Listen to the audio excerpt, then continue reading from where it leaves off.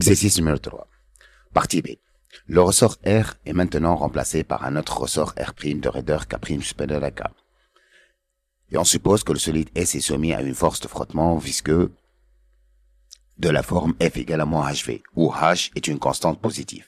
Les oscillations de S sont entretenues à l'aide d'une force supplémentaire F égale à F de T de I, F max sinus oméga E T fois I, exercée à l'aide d'un dispositif approprié jouant le rôle d'excitateur. Dans ce cas, à tout instant T au cours du mouvement, l'élongation X de G, sa vitesse instantanée V égale à dx sur dt, son accélération A égale à d carré x sur dt carré, vérifions la relation md carré x sur dt carré plus h dx plus k prime x égale à f max sinus oméga et. Dans la solution E, x de t égale à x max sinus oméga et plus phi de x. Les fonctions x de t, f de t sont représentées par des diagrammes de la figure 3. Premièrement, au cours de ces oscillations forcées, il y a échange d'énergie entre le résonateur R'S et l'excitateur. Précisez dans quel sens s'effectue et pourquoi. À partir des diagrammes, deuxièmement, à partir des diagrammes de la figure 2. Petit a, déterminer l'expression de x de t et f de t, précisez en le justifiant s'il existe des valeurs de la pulsation oméga E de la force excitatrice pour laquelle le déphasage x de t par rapport à f de t change de signe. Petit b, faire la construction de Fresnel et en déduire les valeurs de h et k'.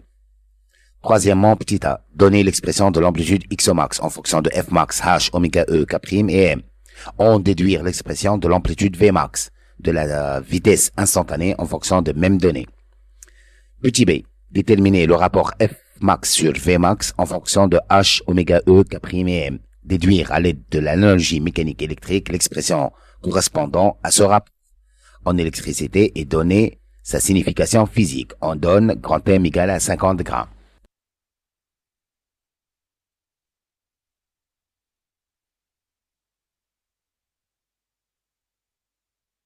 Réponse. Premièrement, pour des oscillations forcées, il y a transfert d'énergie de l'excitateur au résonateur pour compenser la perte d'énergie due au frottement. Deuxièmement, petit a, x de t égale à x max sinus oméga 2 oméga et plus phi de x et f de t égale à f max sinus oméga et plus phi de f. D'après le graphe, x max égale à 0,03 mètres et f max égale à 3 newtons. Le déphasage delta phi au 2pi sur t fois delta t, ça donne 2pi sur t fois t sur 12, ça donne pi sur 6, en simplifiant par t et 2. Or, f est toujours en avance de phase sur x de t, donc phi de f en phi de x égale à pi sur 6. Or, phi de f égale à 0, donc phi de x égale à moins pi sur 6 radians. Le oméga E égale à 2pi sur t, t d'après le graphe est pi sur 35, ça fait donc 70 radians seconde moins 1.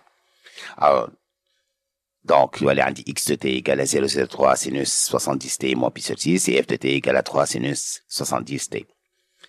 Bon, il n'existe aucune valeur de oméga E pour laquelle phi de f en phi de x négatif, car f est toujours en avance de phase sur x de t. Petit b, donc k fois x de t égale à k x au max sinus oméga e t plus phi de x, correspond donc le vecteur v1, kx max phi de x, h dérivé de x sur dt égale h oméga e x max sinus oméga e t plus phi de x plus pi sur 2, correspond donc v2 h oméga e x max phi de x plus pi sur 2, md carré x sur dt carré égale à m oméga e carré x max sinus oméga e t plus phi de x plus pi, donc correspond le vecteur v3 m oméga e carré x max phi de x plus pi. Alors f de t égale à f max sinus oméga e t correspond à v1 plus v2 plus v3 égale à v, donc v f max 0. Alors comme phi de f moins phi de x égale à pi sur 6, donc il est inférieur à pi sur 2, donc on a ce type de construction.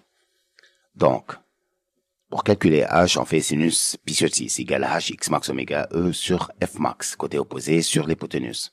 Donc ça donne h égale à f max sinus pi sur 6 x max oméga. Ça donne donc 0,714 kg seconde moins 1. Alors pour calculer k, on fait calcul cosinus pi sur 6. Donc cosinus pi sur 6 côté adjacent sur l'hypoténuse, donc ça fait k' x max moins m oméga carré x max sur f max. Donc k' égale à cosinus pi sur 6 fois f max plus m oméga carré x max sur x max. Ça donne donc 331,6 Nm-1. Troisièmement, petit a. D'après Pythagore, on a f max au carré égale k x max moins m oméga e au carré fois x max le tout au carré plus h oméga e x max au carré.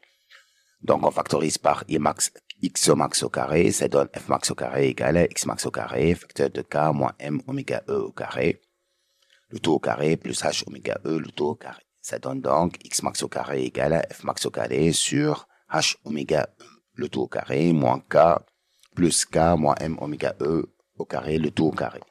Donc x au max égale à f max sur h oméga e le tout au carré plus k moins m oméga e le tout au carré.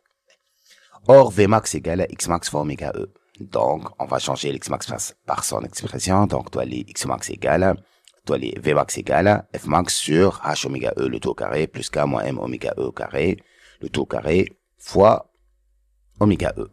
Donc je vais factoriser par oméga e au carré l'expression les تحت racine carrée. Donc ça donne oméga e au carré facteur de h au carré plus k déjà au carré. Donc je vais sortir oméga e barka. Donc ça fait k sur oméga e moins m oméga e le tout au carré. Donc ça donne oméga e fois racine carrée de h carré plus k sur oméga e moins m oméga e au carré fois oméga e. En simplifiant par oméga e, ça donne donc le v max égale à f max sur h carré plus k sur oméga moins m oméga e le tout au carré.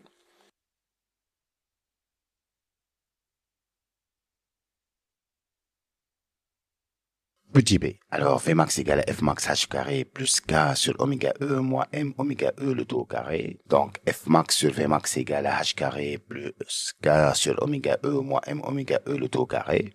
Donc analogie, donc le f max correspond à u max, le v max à i max, le h à grand R plus petit r, m à l ou k à 1 sur c.